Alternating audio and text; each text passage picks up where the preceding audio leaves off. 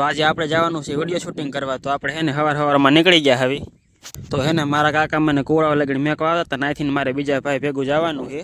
તો શું પછી બે નીકળી ગયા, કીધું હાલા જ જવી આપણે અત્યારમાં. ટાઈટ એવી વાત હતી પણ નીકળી ગયા તોય. તો શું 180ની સ્પીડમાં હોન્ડા ભગાડીને ઘા કોવાડવા પૂગી ગયા.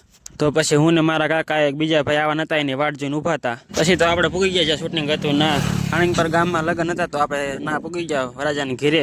તા તો એમાં આવ્યા હતા દાદાએ ગણીને વિધિ બધી પૂરી કરી નાખી હતી. હવે કીધું દાદા કીધું આવું ન હાલે, હાવ પછી શૂટિંગ વાળાને દાવા દેવા પડે ને. તો પછી હે ને હાથકની ધૂલ લેવા જવાનું હતું, તો આપણે વી ગયા બધે હાથકની ધૂલ લેવા. તો આ હે ને દાળમાં દાદા આગળ જવાનું હતું હાથકની ધૂલ લેવા. આપણે મંદિર તો તેમ લગભગ જોયું જ છે દાળમાં દાદાનું બધાએ. તો પછી હે ને હાથકની ધૂલ લઈને નીકળી ગયા બધાએ. ઢોલવાળાની એટલી ઉતાવળથી ઢોલ વાળો ઘાવાનું ઘા આગળ ભાગતો તો એમાં એવું હતું ને હાથકની ધૂનને ગોતીડો બે હારે જ લઈ જવાનું હતું.